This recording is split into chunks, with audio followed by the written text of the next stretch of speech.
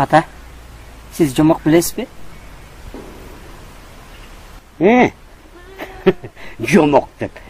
Не oldu anca? Жомок эмне экенин билесиңби өзү? Ой, эми айтып каласыз го. Илгери чоң атам, чоң апамдар жомок айтып беришчи деп. Ой, эми илгери туура айтасың, илгери чоң апаларыбыз, чоң аталарыбыз балдарды чогултуп алып жомок айтып берчү. Ал убакта негизи илгери чоң жомокчу адамдар болгон да, карыларымдай.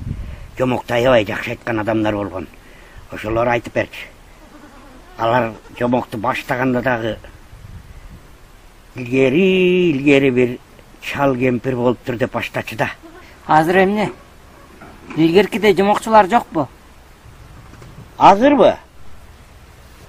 Азыр деген чоң жомокчулар бар. Тышта жаман кызыктуу айтат да жомокторду. Азыркы жомокчулар деген жомокту баштаарда мени шайласаңар деп баштайт.